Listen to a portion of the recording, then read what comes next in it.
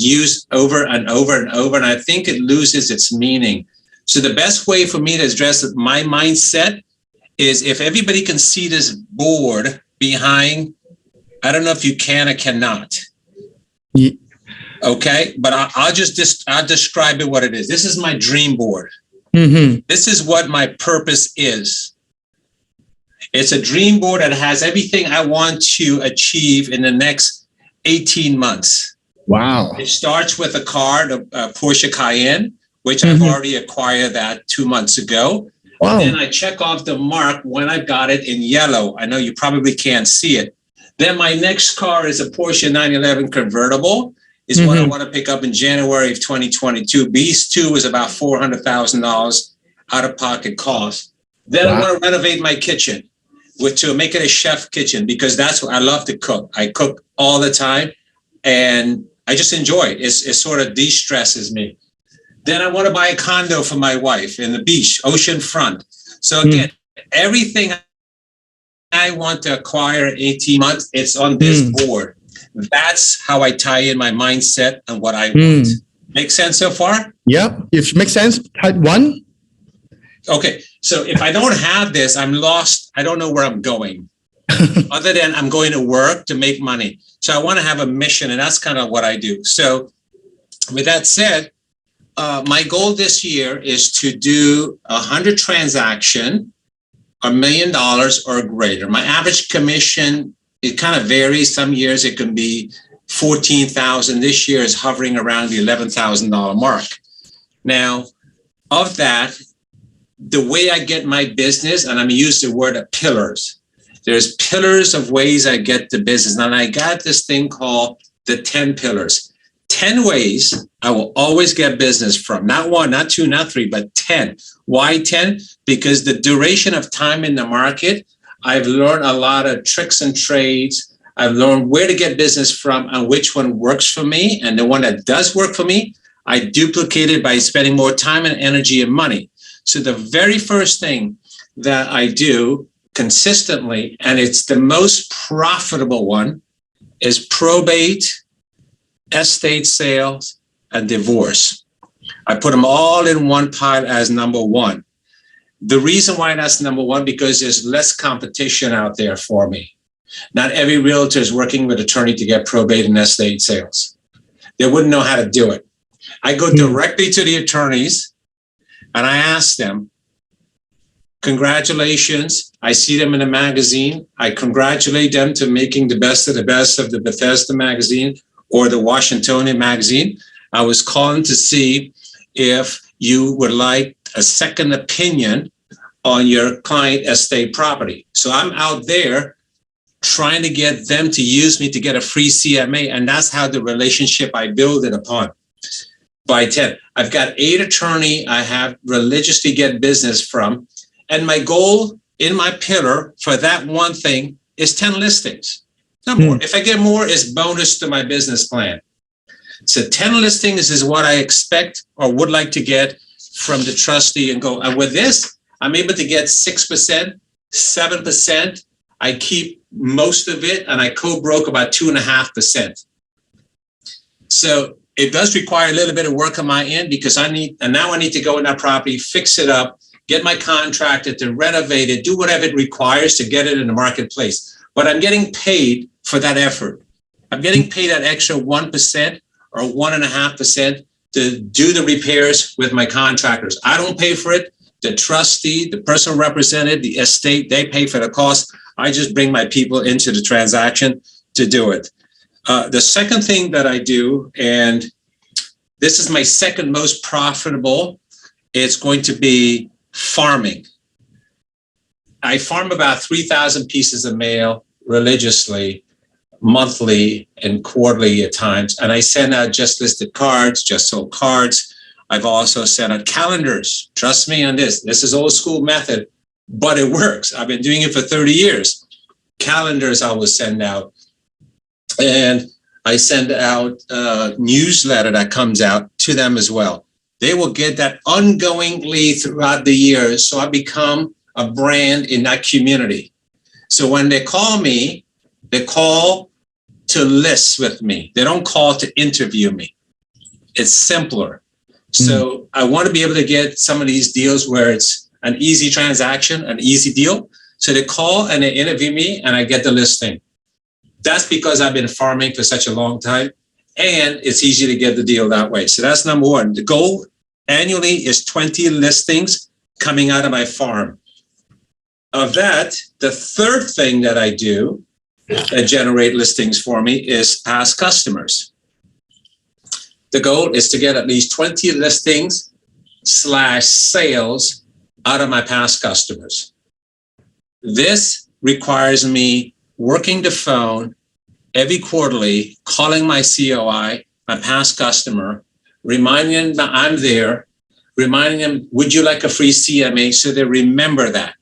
And I take that information from the phone that I learned and I immediately type it into my program of Top Producer as to my conversation with them. So the next time I call them, they know exactly what I spoke with them about. So I'm building the relationship with my clientele over and over and over. The next thing that I do that creates listings for me is my COI, Center of Influence.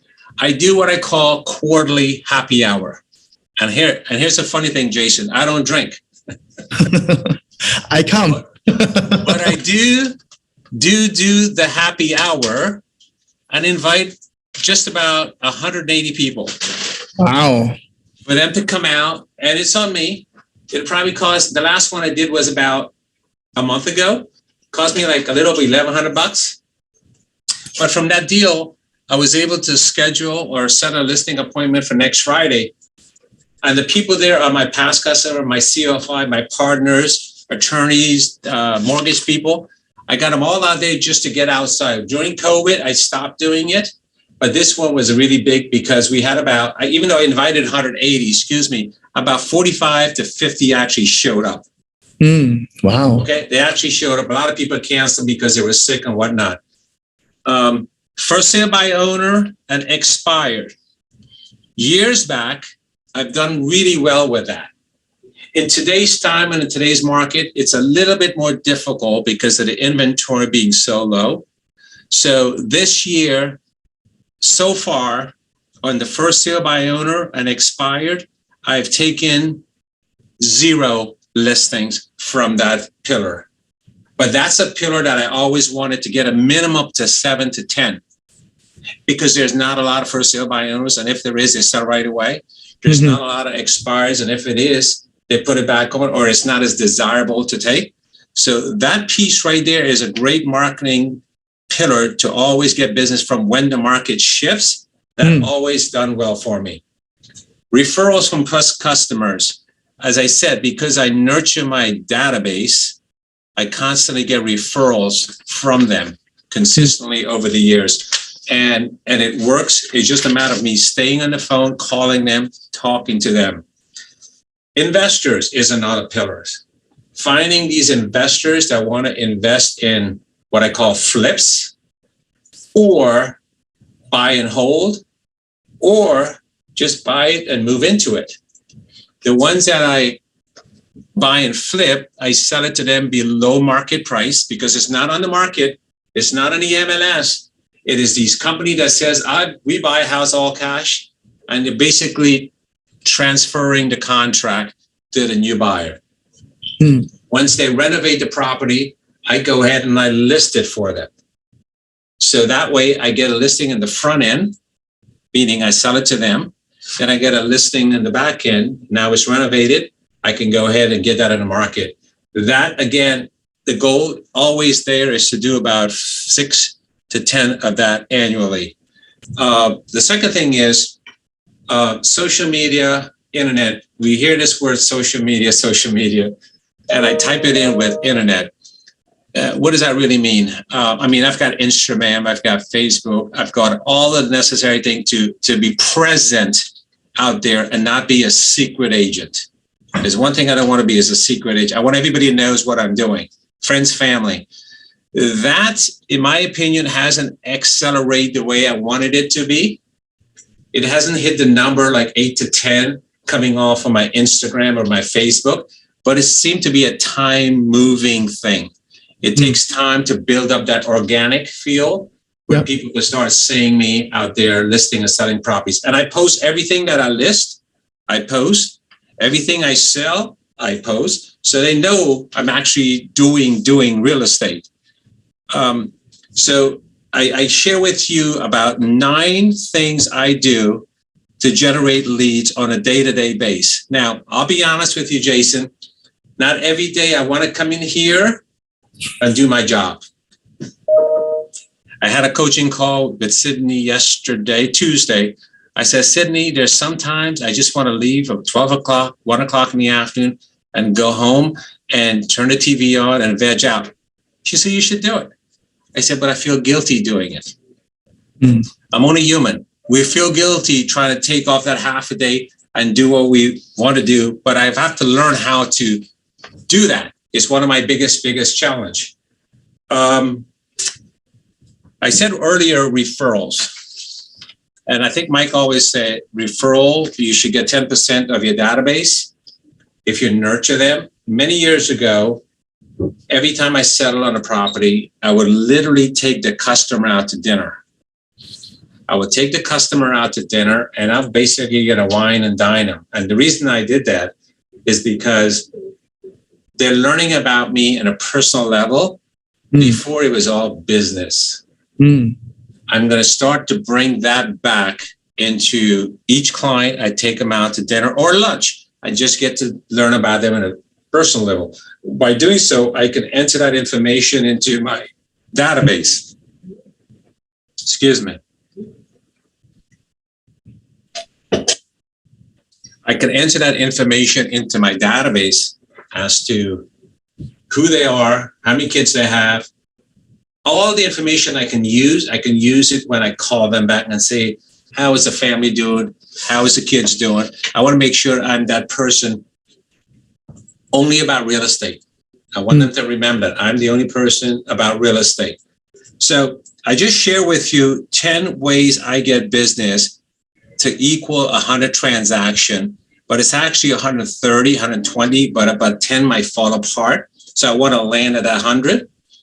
I have a full-time admin that helps me produce at this level. She's constantly busy. I don't email. I don't do contracts. I delegate everything. All I do is on the phone. All I do is operate the phone like a telemarketer, and I constantly making my calls out. Or sometimes I'll jump in, I'll tell her what to say on an email, but that's what she does. But again, my job is simply get on the phone and go and hunt for a new listing every day. Other than that, my job is simple. It really is. So that's kind of what I have to share with you guys. If you have any questions, Jason, you can shoot right now. Any specific questions you may have, or the group. Sure. Okay. So if you have any question, raise your digital hand so we can put you on ask Neil the question. Johnson, can you put the people raise hand and put on the screen? Deepak. I think is also the third one is can you put them on the screen? The one people raise hand.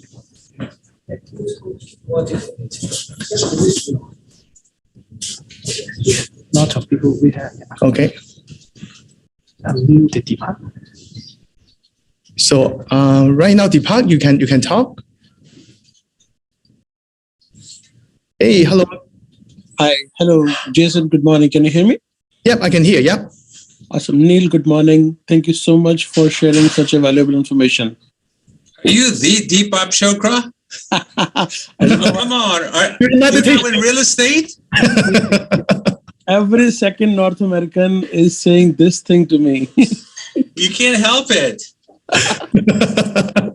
But it should correlate with, they'll always remember you. How is that?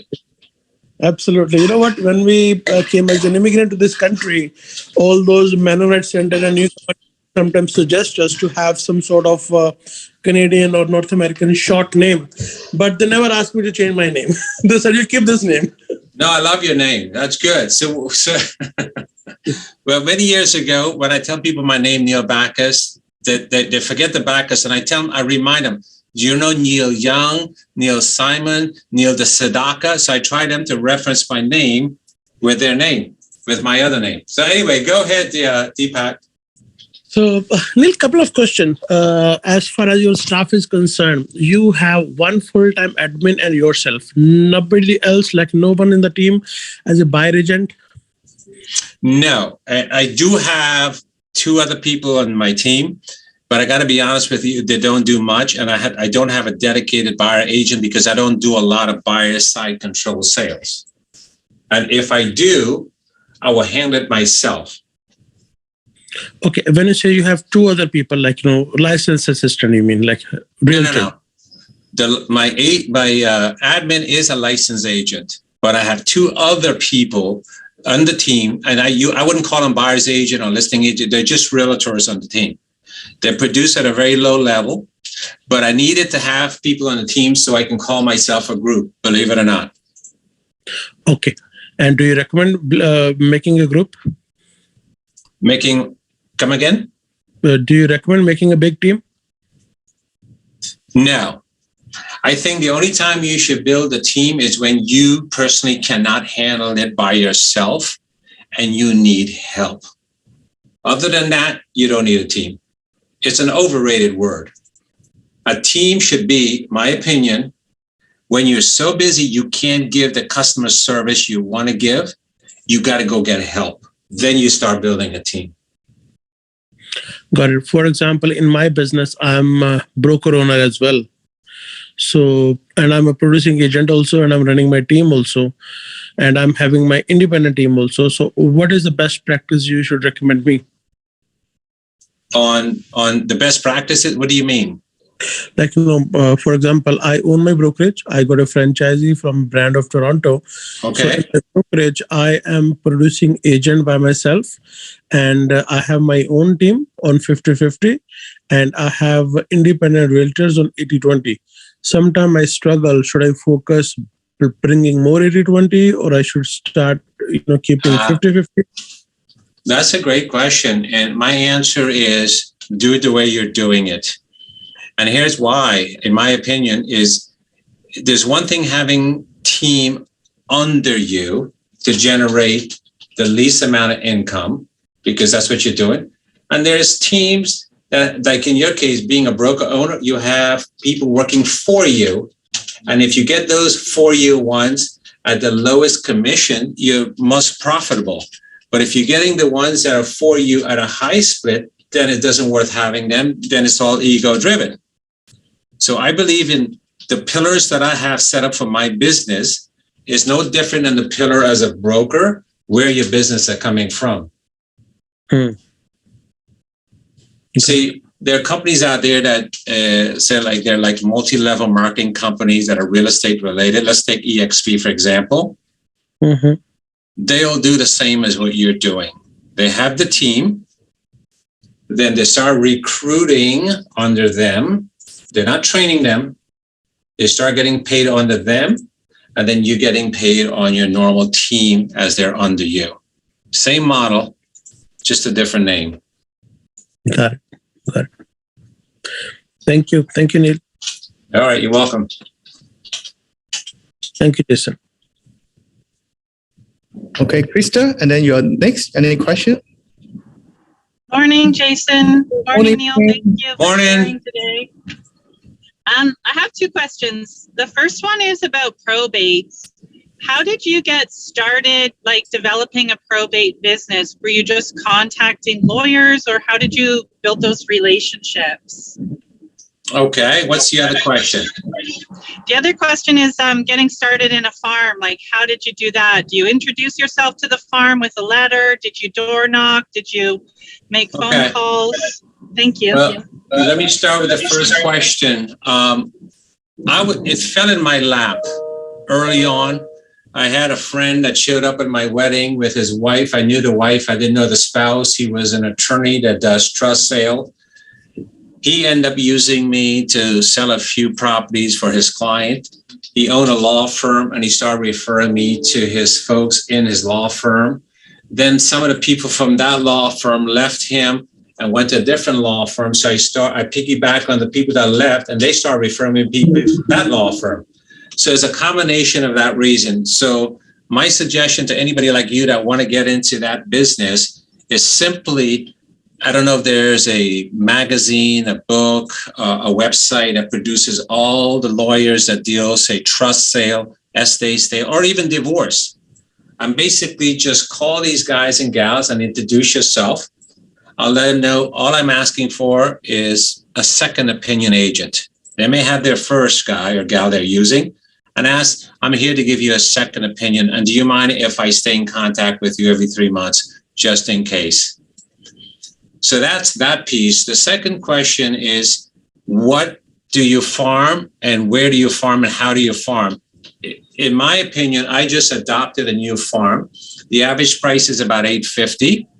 And the first thing I did was I sent out,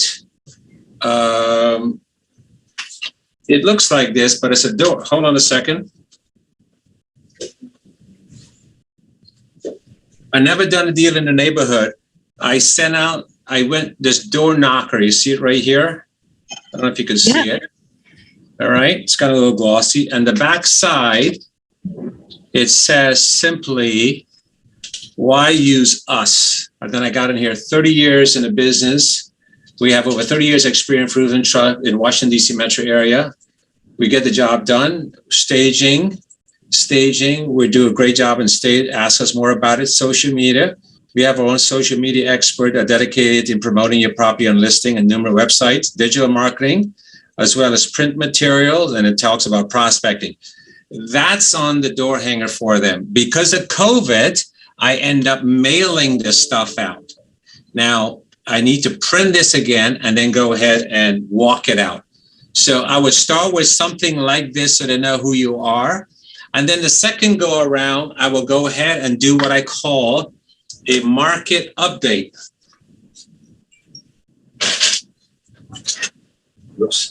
A market update, Krista, it looks something like this. I don't know if you can see that. Yep, you can see it. Yep, good. And in the back side, it breaks down all the properties that are sold in the past year. Wow.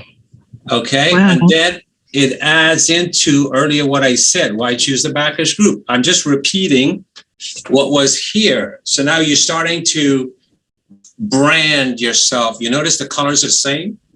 See that? Yeah. So so when they see it now, they'll recognize, oh, it's the same person. So you want to try something like this, an intro, then the market update. And if you really want to work that market,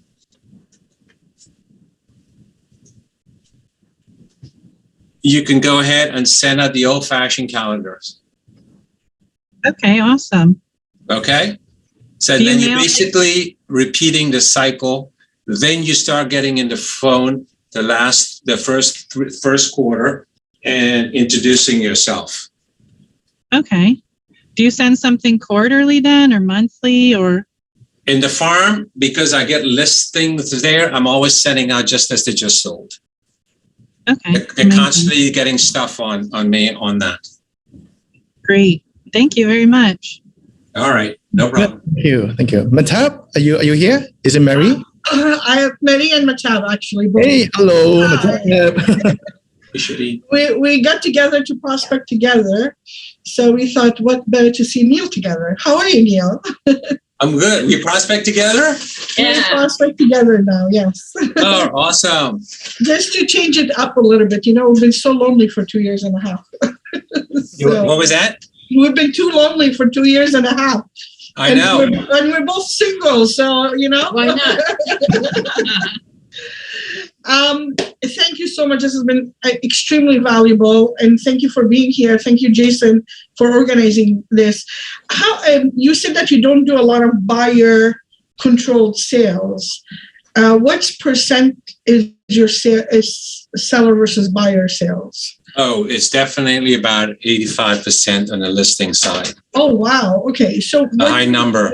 And I've always over the year, not knowing it, I've always been a listing agent, not knowing that's the right direction to go. I don't know if you guys ever heard of a guy named Floyd Whitman. Yes. He was my earlier mentor / coach 30 Okay. years ago. He always taught us listing is the name of the game. Okay. He always taught us scripts. You got to have scripts. And he always taught us back then, there is this thing called Crisscross, which is a book that has everybody's phone number.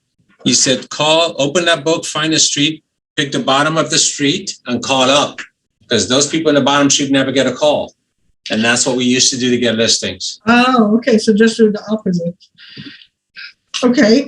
And what do you do when you call your past client and center of influence and they refer you a buyer?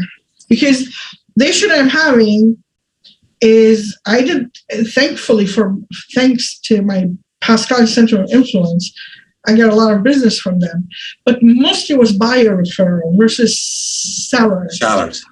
I call them or I email them or I text them. It all depends on how close I am to that client, customer, because my clients end up being my friends who end up showing up at a happy hour and we're like buds, if that makes sense. Yeah, absolutely. So I'm like that with my clients too. So I just basically thank you. And it was a privilege that you thought about me and giving me the referral. I promise I'll take real good care of your friend or your clients or whoever that person is. But I always make that call and let them know I thank them from the beginning, because you got to remember, Marie, all throughout the years, I'm calling anyway, asking for referrals. Correct. And now this is for me to go back and say, hey, thank you for the referral. So what do you do? And then when you get a buyer referral, you work that buyer referral or you refer to out? I work the buyer referral because they're not that many. Ah, I only do 10, 15%. I'll do maybe 20 buyers control annually. okay. So is there something that you say in your dialogue that you're getting more seller referral from your past client center of influence versus buyer? I'm trying to see what is it that I'm saying in my dialogue that it's giving me more Buyers? No, Buyers. I don't ask them if they know anybody who wants to buy or sell or just one way. I just say, do you know anybody that needs my real estate expert service? Anybody you know? And it could be commercial deal. Yeah. You might have somebody that want commercial space, leasing office space. I just want the referral and then I'll figure it out at that point. Okay. Cool. And in terms of the farming part, how many homes that you farm? About 3,000. And how often do you send them? Like, let's say from the start when you put the door knockers there, how often you start to send them stuff for? It depends. And it depends on the time I'm farming that area. I got a neighborhood that I farm for over 30 years. I don't need to solicit them every month, but I end up doing it anyway from just listed and just sold, because I get about 18 listings annually out of that one building. Okay. There's another building that I used to live in. I'll send out the just listed cards probably every 3 months when I get a listing. Everybody knows me there because I serve on the board. And here's a piece of information to be mindful of as well. I actually provide lunch, Thanksgiving lunch, to management and their staff for the buildings that I'm farming. And I've been doing this for years. It costs me probably an excess of $400. One building may have 15 employees or 18. One may have 5. And I just basically order it. My wife will pick it up and just drop it off. And it has usually a card there as thank you and a business card as well as my holiday cards. So this is all ways of nurturing it and kind of getting deeper into the community so they know who you are. You're kind of giving back to them, not always taking.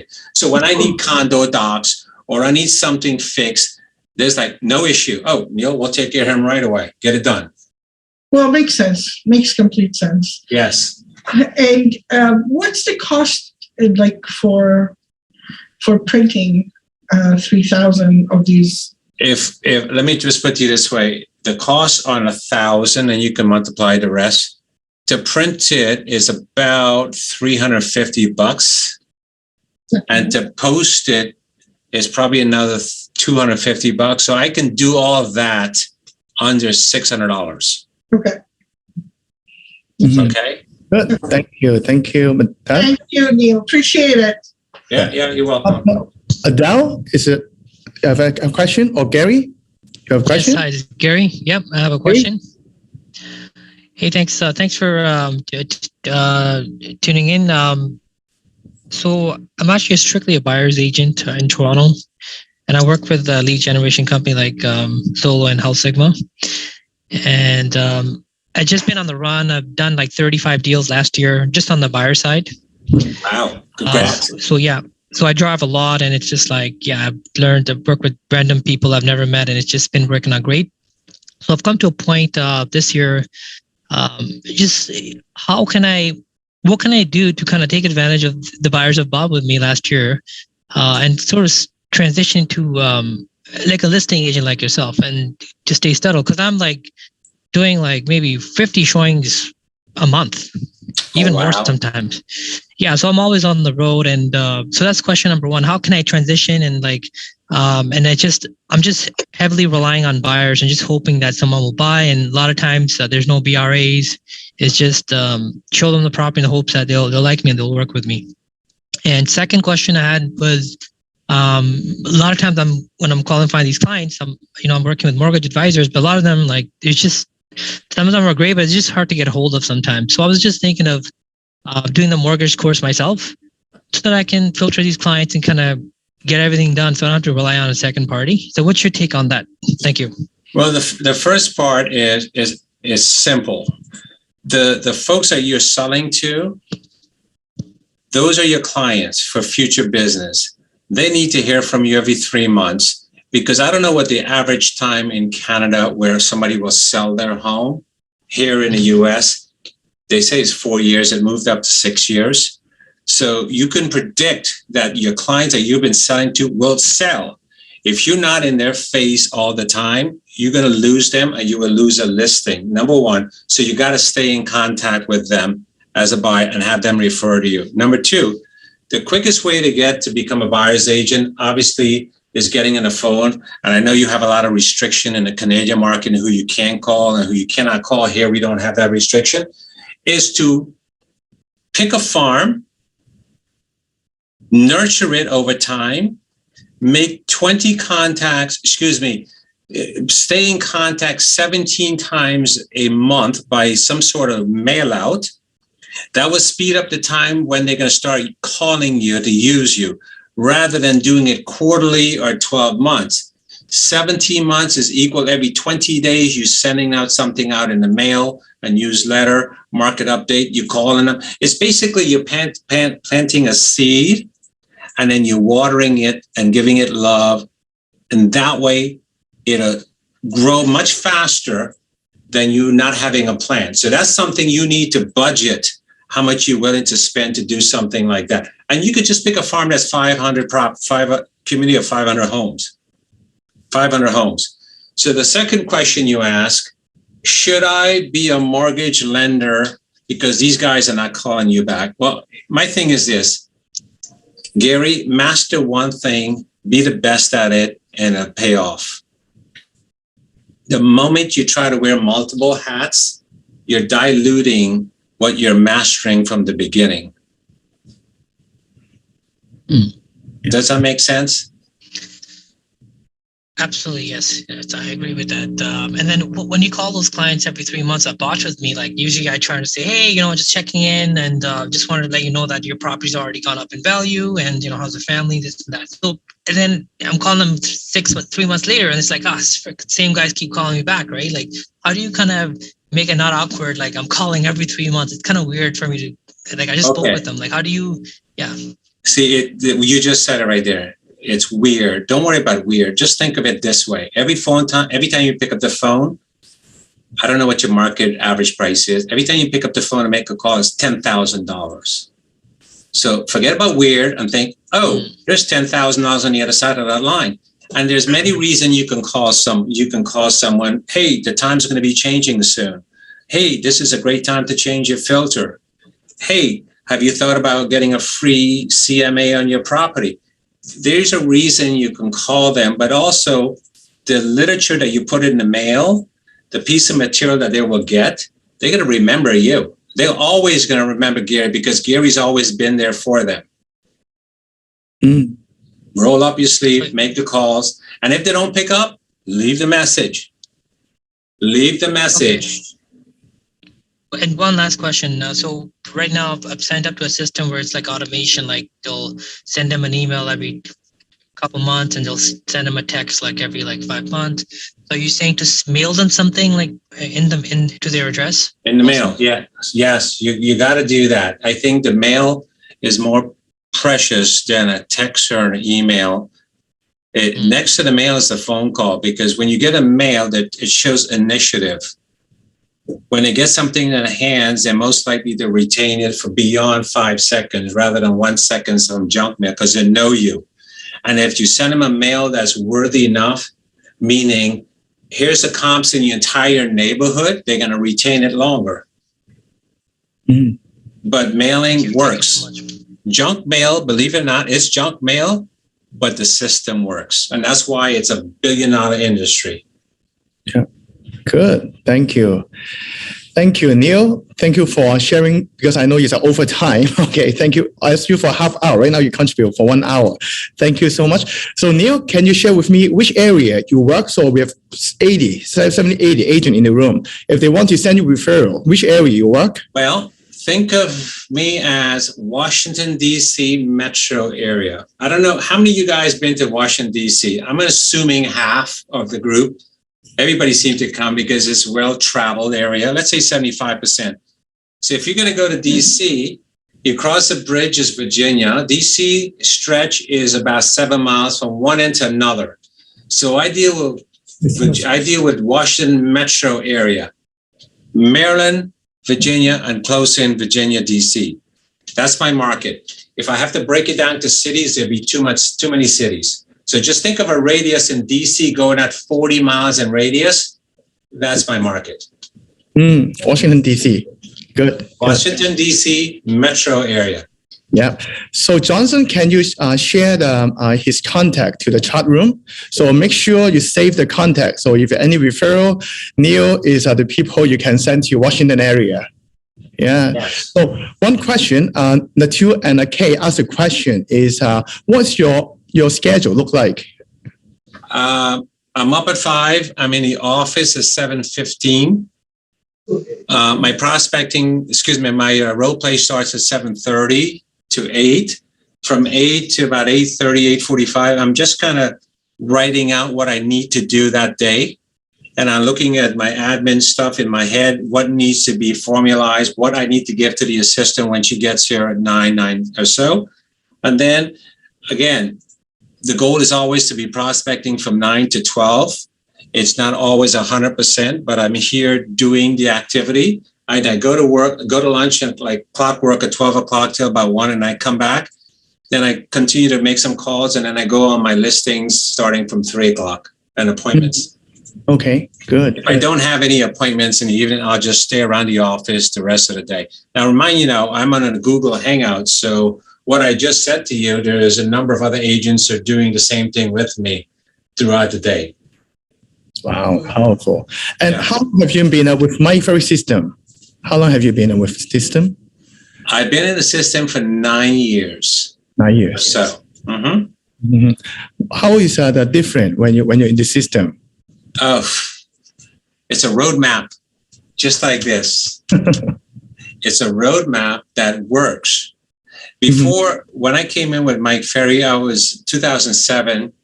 The market was the hottest in back then, but it also tanked into a recession in 2008. So in 2007, I was making like around $700,000, and I wasn't with Mike Ferry. I was just doing my thing my own way. When the market tanked and it went down and it continued to dive, it took 3-4 years before there was some light at the tunnel for it to go back up. Then my income starting to dive with it because mortgage bankers weren't giving luxury property any kind of loan. You got to buy all cash. So I had to figure out, Jason, how am I going to get back to where I was? And that's when I joined Mike Ferry. At that point, I said, maybe I need a coach to push me, steer me, guide me, and move me forward. Mm. And it's been 9 years of actually a lot of knowledge and rewards and growth, a lot of growth, things I'm able to buy. So yeah, it's good. Thank you. Great. So Mike Ferry, they have an event in the Toronto, May 15 to 19 in a Toronto Scarborough area. Okay. If you're interested, you can go to mikeferry.com to take a look. It's a May 17 to 19. And I may have the promotion code coming up. If you're interested, you send me a message. When I have a promotion code, I will send it to you. Okay. And one more question. Okay. Any other questions? I think thank you, Neil, today taking the time to sharing your wisdom to us. And I'm offering 15 minutes of business consultation. Okay, if you're interested, Johnson, can you send the calendar? I post my link, okay, to the room. Okay, if you have any business, I'm offering 15 minutes business consultation. Okay, so we can sign up on the link. So Neil, thank you so much. Okay, and I really appreciate you taking the time to share your wisdom to us. Right now we're in Toronto. We're in the changing market. For last 2 months, we're changing from the seller market all of a sudden to more balanced market or buy market. Yeah. In certain areas, usually when we search 2 to 3 listings sell in 2 days, 3 days. Right now, the same area maybe have 20, 30 listings on the market for over 1 month now. So what suggestion you give the agent in the business less than 3 years? What kind of opportunity you can give it to them? If you're less than 3 years, and I don't know if you are, join the Mike Ferry system. If you aren't, do it. I know it costs, but the payback is much greater by you not doing it. And here's an example. I don't know if you guys have admin fee in Canada. Do you? I do. I charge admin fee. Yeah. I charge $800 in admin fee, which is the highest in the DC metro area. My firm, Long and Foster, they charge $395. I keep the difference.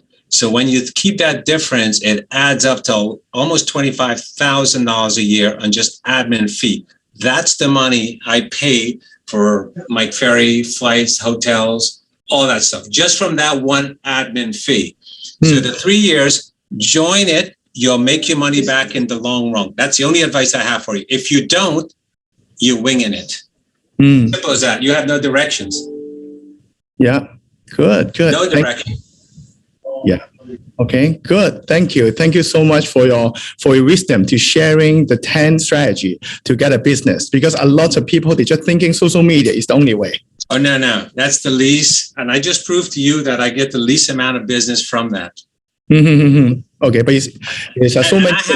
I have a social media expert post all my stuff that I spend $750 a month to do all my social media, but she does all the print material, just as the Just Sword, etc. It's not what you think it is. Okay. Wow. That's good. Go back to the basic of the business.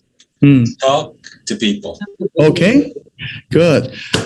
Thank you again, everyone. Okay, and so I really appreciate your time. Okay, if anyone looking for a referral to DC, you know who you call right now, right?